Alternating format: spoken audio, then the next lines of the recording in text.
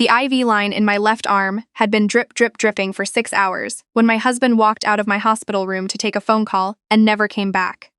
Not permanently. He came back eventually, around 11 that night, smelling like cigarettes and something floral I didn't recognize. He sat down in the chair beside my bed, picked up his phone, and started scrolling. Didn't ask how I was feeling. Didn't ask what the doctor had said while he was gone. Just sat there in the blue glow of his screen like I was furniture. I had been admitted that morning for emergency appendix surgery, the kind of situation where you call your husband from the floor of your bathroom because the pain is so bad you can't stand up. The kind where he says, "I'm on my way," and you believe him, because why wouldn't you? You've been married for 4 years, you believe things like that. His name is Kevin.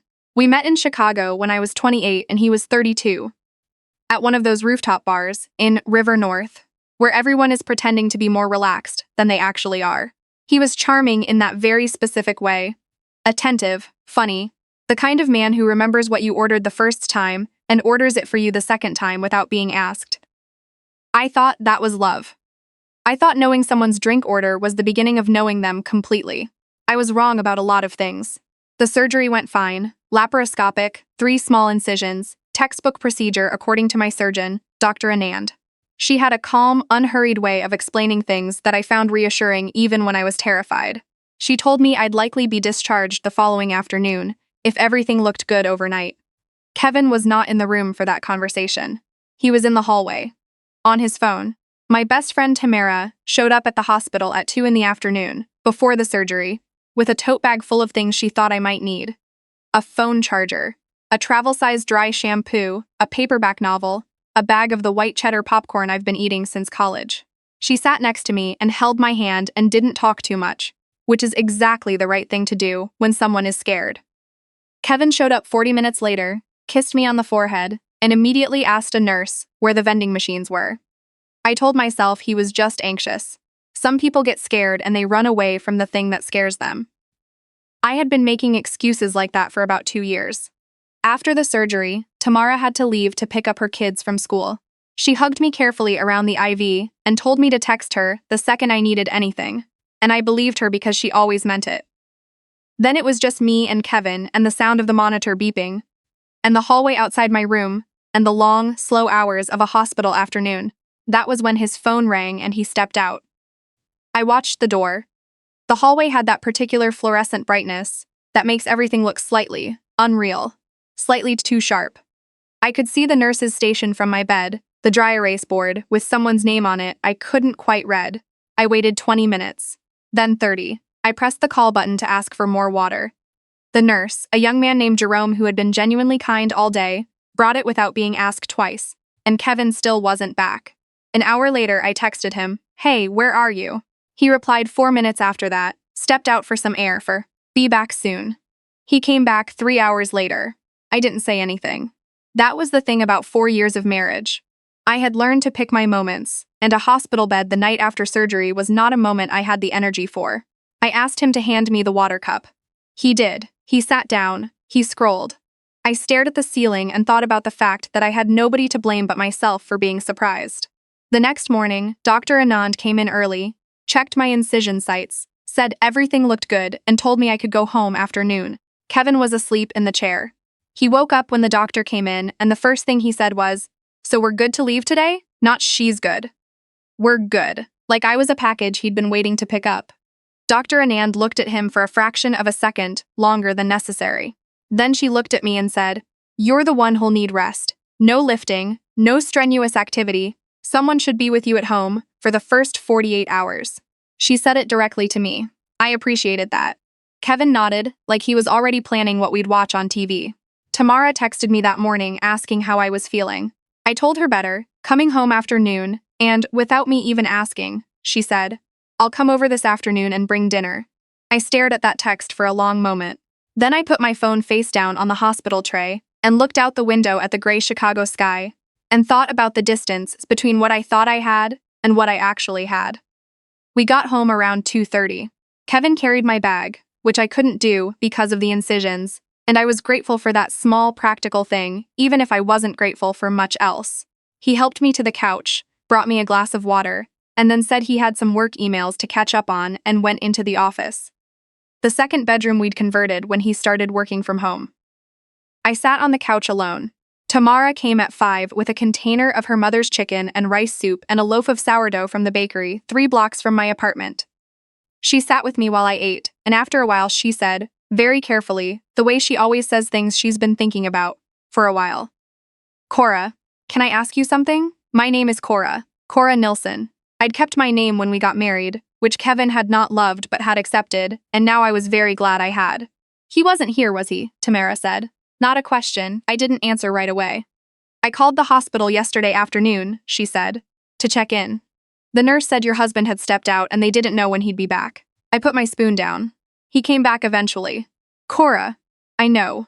There was a long pause. Outside, a car alarm went off briefly and then stopped. How long has it been like this? Tamara asked. I thought about it honestly, which I hadn't let myself do in a while.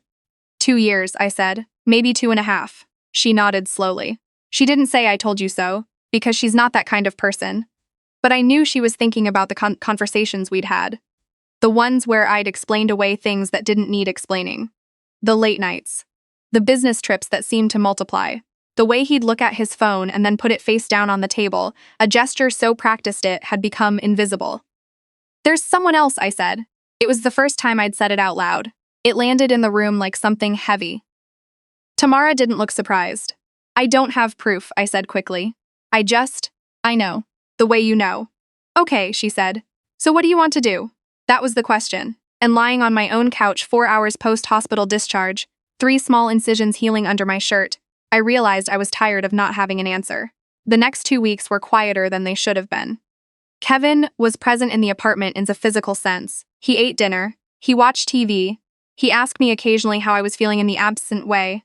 You ask someone in a waiting room how their day is going. But he was somewhere else entirely. I could feel it the way you can feel a draft from a window that isn't quite closed. I healed. I went back to work. I'm a paralegal at a firm in the Loop, which meant I could ease back in remotely for the first week, which I was grateful for.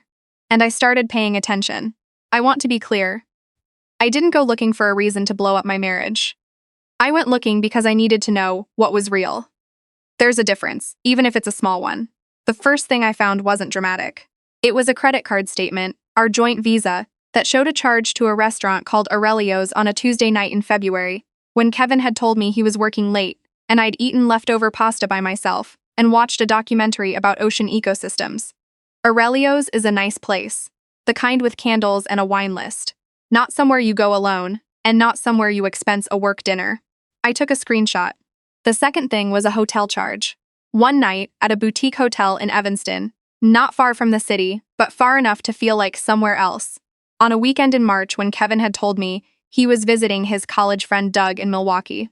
I had been confused at the time because he'd packed very light for an overnight trip. I had not said anything because by then I had learned not to say things I couldn't finish. The hotel was 60 miles from Milwaukee. I saved the statement. I kept going back through records, weeks and months of them, and the picture that built up was methodical and deliberate and completely cold. Not the pattern of a man who had lost his head over someone and made careless mistakes. The pattern of someone who had decided what he wanted and was managing it, carefully, alongside the life we supposedly shared. Restaurants and hotels, and what I eventually found were Venmo transfers. Small amounts, $50 here, $80 there, to someone identified in his contacts only by an initial, to a profile that, when I looked it up, belonged to a woman named Giselle. I sat with that name for a long time. Giselle. I said it in my head a few times. It sounded like someone in a perfume commercial. It sounded like someone who knew what she was doing. What I did next was the thing I'm most proud of, looking back. I did not text Kevin. I did not confront him in our kitchen with my voice shaking. I did not do any of the things I might have done 2 years ago, before 4 years of marriage had clarified, slowly, and then all at once, what I was actually dealing with. I called a divorce attorney. Her name was Margaret, a partner at a firm on Michigan Avenue, and Tamara had actually sent me her number months ago. Just in case, no pressure, in a text I had read and filed away without responding to. Margaret had a direct, no-nonsense phone manner that I found immediately calming. I explained what I had, and she listened without interrupting, and when I was done, she said, "What you have is a good start. but will want to be organized before he knows anything is happening. She told me to keep gathering. She told me to make copies of everything, financial documents, tax returns, account statements, and store them somewhere he couldn't access. She told me, very calmly, that in Illinois, marital property is divided equitably, not equally, which means the length and circumstances of the marriage matter, and given the circumstances, I had more leverage than I might think. We owned a condo together. Kevin and I had bought it 3 years ago when he got a promotion, and his name and my name were both on the deed. We had purchased it at a price that seemed optimistic at the time, and turned out, due to the neighborhood, to be a very good investment. Margaret was straightforward about this. The condo would be the centerpiece of any settlement negotiation. I got off the phone and made a list. Over the next 10 days, I gathered everything Margaret had asked for. Copies of our joint tax returns for the last 4 years, bank statements, the credit card records, screenshots of the Venmo transfers. I was methodical and unhurried, which surprised me. I had expected to feel frantic, but I felt something closer to focus. Like all the energy I'd spent for 2 years, making excuses had reorganized itself into something useful. I kept everything at Tamara's apartment. The moment Kevin found out what was happening was not the moment I planned. I had imagined telling him directly, a controlled conversation, sitting down like adults. What actually happened was a Monday morning in April. He came into the kitchen while I was making coffee, and he was looking at his phone with that particular tight expression he got when something had gone sideways, and he said without looking up, "Did you call Margaret Hollis's office?" I turned around. I kept my face neutral. Yes. He looked up then. "Cora, what the hell? I want a divorce, Kevin." He put his phone on the counter. His jaw worked.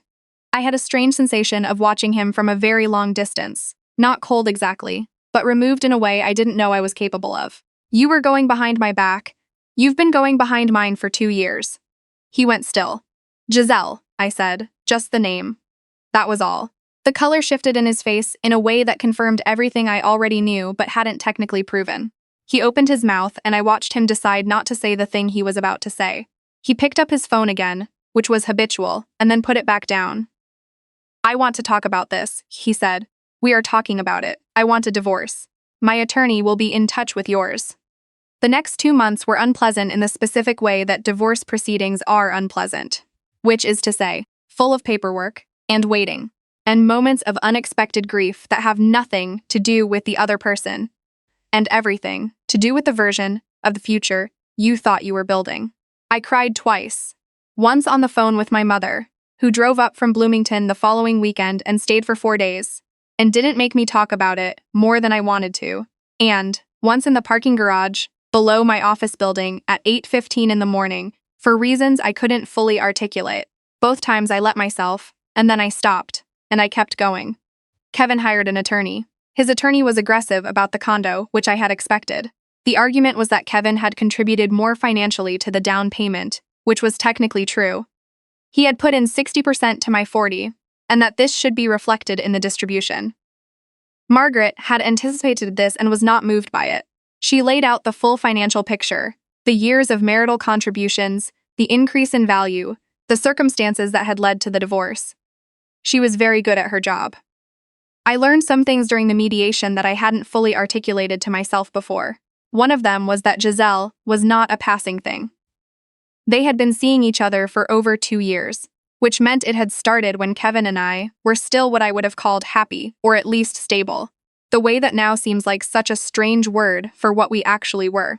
The other thing I learned, because Kevin's attorney disclosed it in a document that probably shouldn't have been as informative as it was that Kevin had been transferring money out of our joint savings account in small increments since the previous fall. Not large amounts. The kind of amounts that don't trigger automatic alerts. The kind of amounts you move when you're planning ahead. I sat in Margaret's conference room and read that document, and I felt something go very quiet in me. Margaret saw my expression. "We'll address this," she said simply. She addressed it. The settlement took 6 weeks. At the end of it, Kevin and I signed an agreement in which he bought out my share of the condo at full current market value, which had appreciated significantly, meaning I walked away with enough to put a substantial down payment on a place of my own. The money he had moved out of our joint account was classified as marital dissipation, an offset against his portion of the settlement. His attorney pushed back on everything, and Margaret held on everything. And by the end, Kevin had paid considerably more than he would have if he'd simply been honest from the beginning. I don't know if Giselle knew the extent of what she was involved in. I decided I didn't care. That was her life to sort out, not mine. On the day the divorce was finalized, I drove to Tamara's apartment and picked up the box of documents I'd stored there and sat in her living room for a while, drinking tea, not talking much. Her youngest fell asleep on my lap watching something with animated animals, which was the most comforting thing that had happened to me in months. I drove home, to my apartment, my name on the lease, and I stood at the window for a while and watched the city doing what the city does at 9 o'clock on a Thursday evening. My phone buzzed. It was my Elfer. How are you doing tonight? I thought about it. Not the reflexive fine, but actually thought about it. Good, I wrote back. Actually good. She sent back a heart, which is her version of a paragraph. I went to bed that night and slept through until 6:30, which I hadn't done in longer than I could remember. When I woke up, the light through the blinds was the soft early kind, the color of something beginning, and I lay there for a while, just listening to the city outside and the particular quiet of a life that was, for the first time in a long time, entirely mine. The condo Kevin kept has been on Zillow twice since then. It hasn't sold. I'm not telling you this to be unkind. I'm telling you because for 2 years, I made myself smaller than I was to fit inside something that was already broken, and the day I stopped doing that, not when the divorce was final, not when the settlement was signed, but the morning I picked up my phone and called Margaret's office and said I need to talk to someone. That was the day things actually changed. I still have the paperback Tamara brought to the hospital. I read it eventually. It was good. I left it on the bench in the lobby of my building when I was done with it, face up in case someone else wanted it. Small things matter. That's the part they don't put in the official version of these stories. The IV drip and the soup and the woman on the phone who didn't interrupt, and the friend who showed up without being asked. The morning light coming through the blinds at 6:30. The moment you realize the ground under your feet is steadier than you thought, because it turns out it was always yours.